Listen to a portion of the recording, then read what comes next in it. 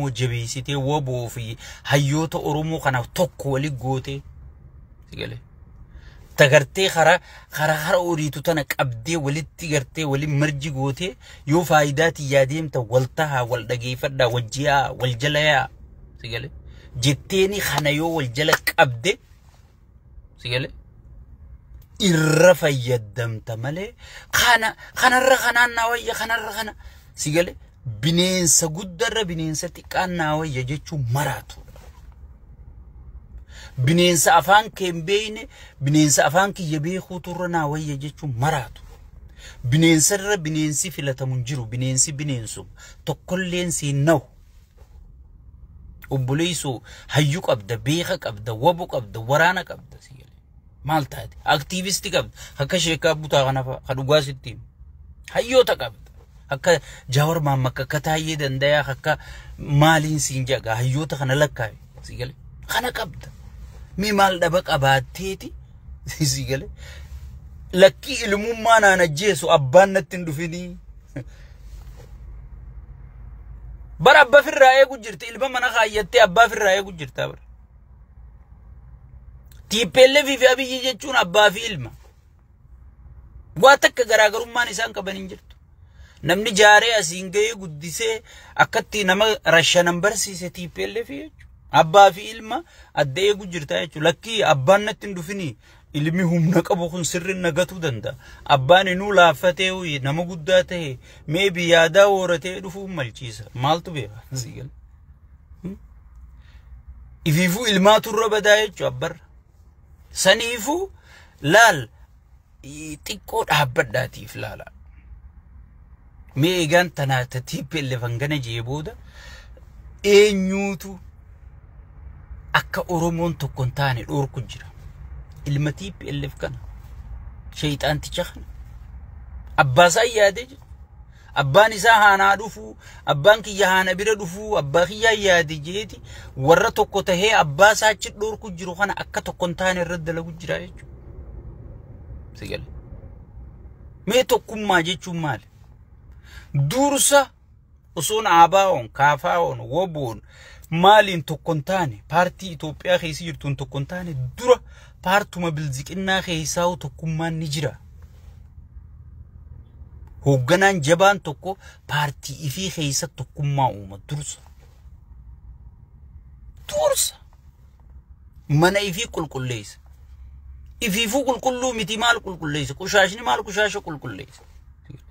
خيسيسا قشاش مي خيسوتم كل ليزن هاي نمني في فود مدى يو أنقر أنا شمال لسافاني بافته بر مي أنقر أنا خاسي جيني بر وانا تنقوسي في تندو قوتو تيم بيالا بيم سيال جالتي أنقر رديسي سفكات شمال إفيفو قشاشا كمي كل ليز namni dura paartii tokko keessoo isaa qulqulleeffata jechuudha ichitti araara buusaa jechuudha ichi keessatti araara buusa namni paartii isaa keessa warra yaada tokko jaarmee jechuun maali nama yaada tokko qabu jechuudha amma warri bilziqinna jaamu kun warra yaada tokko qabu jechuudha ilaalchaan hujmaataan raawwiidhaan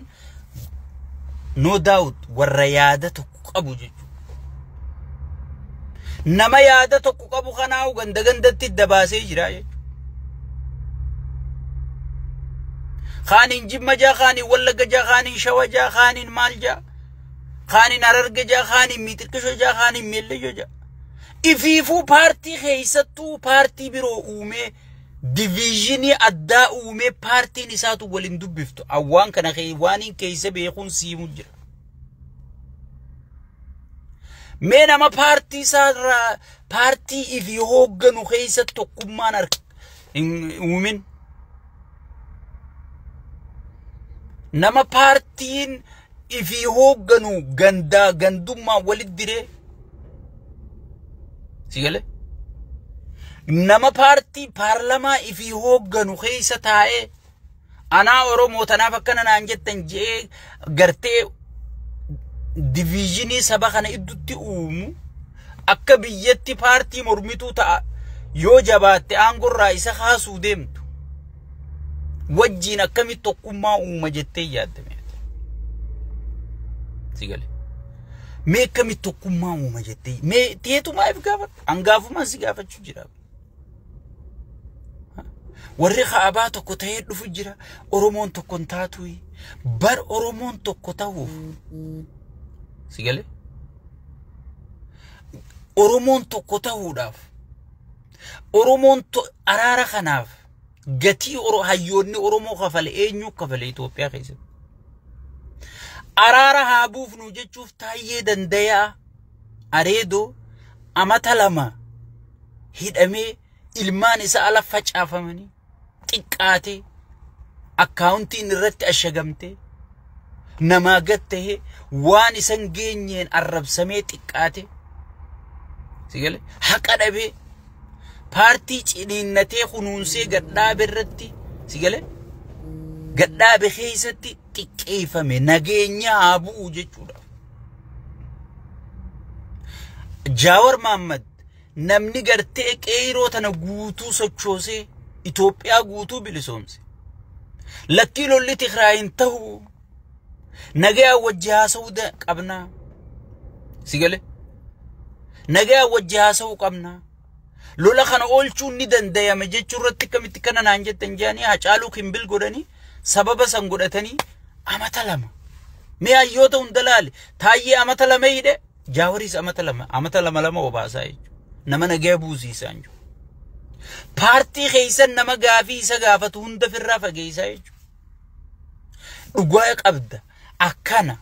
bar namni si gahu hin jiru bar namni kana ta'u hin jiru wadala gurguddaa kana ifi marsee hungartee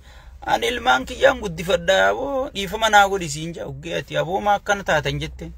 sigale ilmaan kiyyaan guddifadhaa dhiifama naa godhisiin jaa waan akkanaa keessan an nagine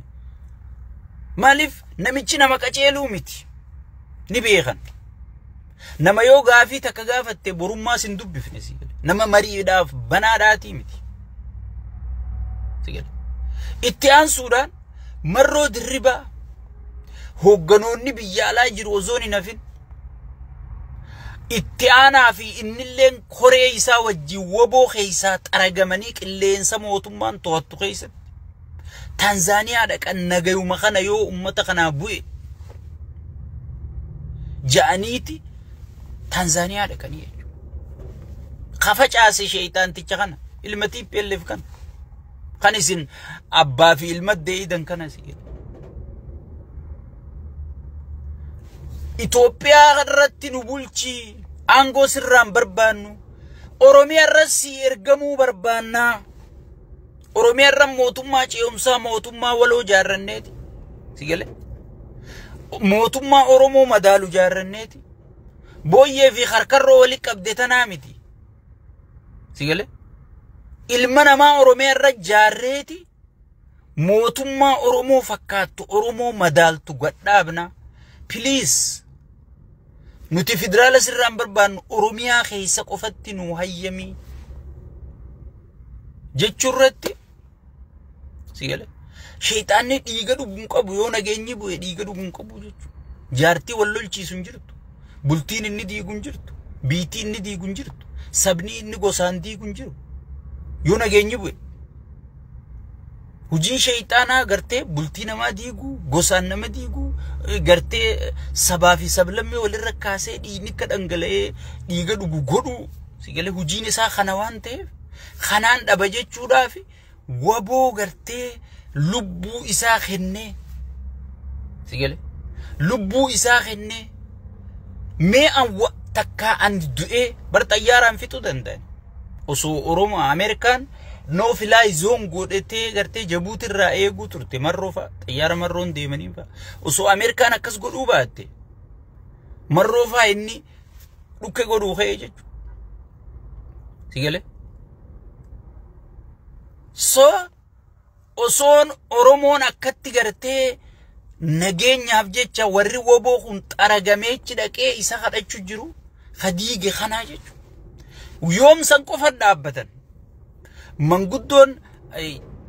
Daawit Ibsaaji Mararaa Guddinaaji warri karaa nagayaatiin haasa'u abbootii gadaa haadha siinqee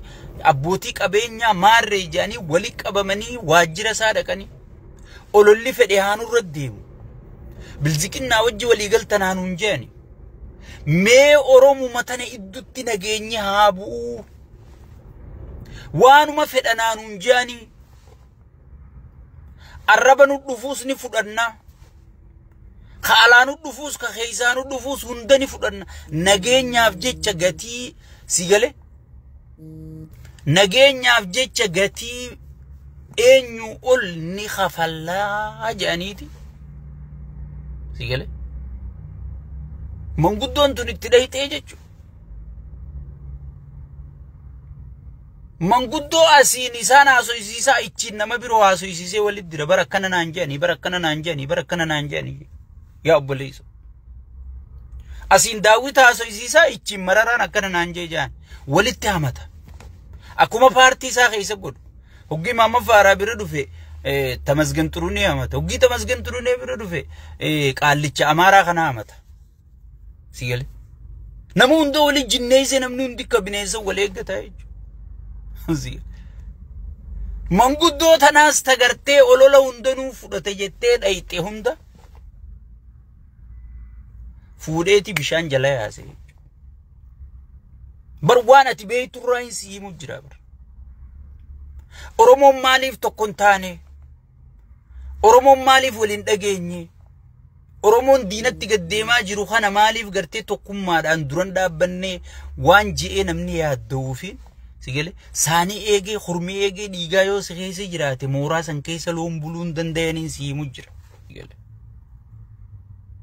sanin siimu jira beekan pointii tiyyangatin manguddoon sun akkasitti olola fudhattee nageenya dhabdee arra namni isii biyya alaati isii dubbisun jiru hayyoota oromoo waliin naqe keeysaa namni isii dubbisun jiru araarri keeysanii isa keeyjanii manguddoon mataa ol qabachuu dadhabdeeti sigale yaa rabbi boodarra maal godhe faarsee bulaa kanatti bobbaaseeti sigale boodarra faarsee bulaa kanatti bobbaaseeti ummanni kun heeraa beekanii jee arrabsiisee jechuudha saniifu oromoon yoomsan qofa abbootiin qabeenya abbootiin gadaa sigale abbootiin amantii wali qabamteeti joollee waboo tana nuutu godhaa waan isiin si gaafattu qofa godhiif janii joollee waboo no problem isin abbaa keenya isiniif qabsaa'u jira sigale waan isin nuun jettan hundani fudhan hoggii isa dhaqanii khaanii dhaqan qaqqabaa fidaa mee namni siyaasarra wal dhabe tokko furmaanni isaa siyaasamu qaqqabanii fiduu furmaata yoo kana qaqqabanii fidanii khabirootummaa gaara seena sigale saniifu namichi kun hanga jirutti namichi kun hanga aangorra jirutti yoo paartiin isaa no dhaabbachuu qabda jettee wadalloonni ifiin tarrise kun gaa dura dhaabbatan jee yaadani akka waaqatti sujuuda bu'anii fi yoo wanni kun dura dhaabbattee namicha kana dhaabdee maritti as deebifte beeka malee waan rabbi fidun beekan malee waan qaallicha kun aangorra jiru namichi mujrimnu shaytaanni kun aangorra jiruun oromoon takka taatu hin jirtu tana gubiyaaf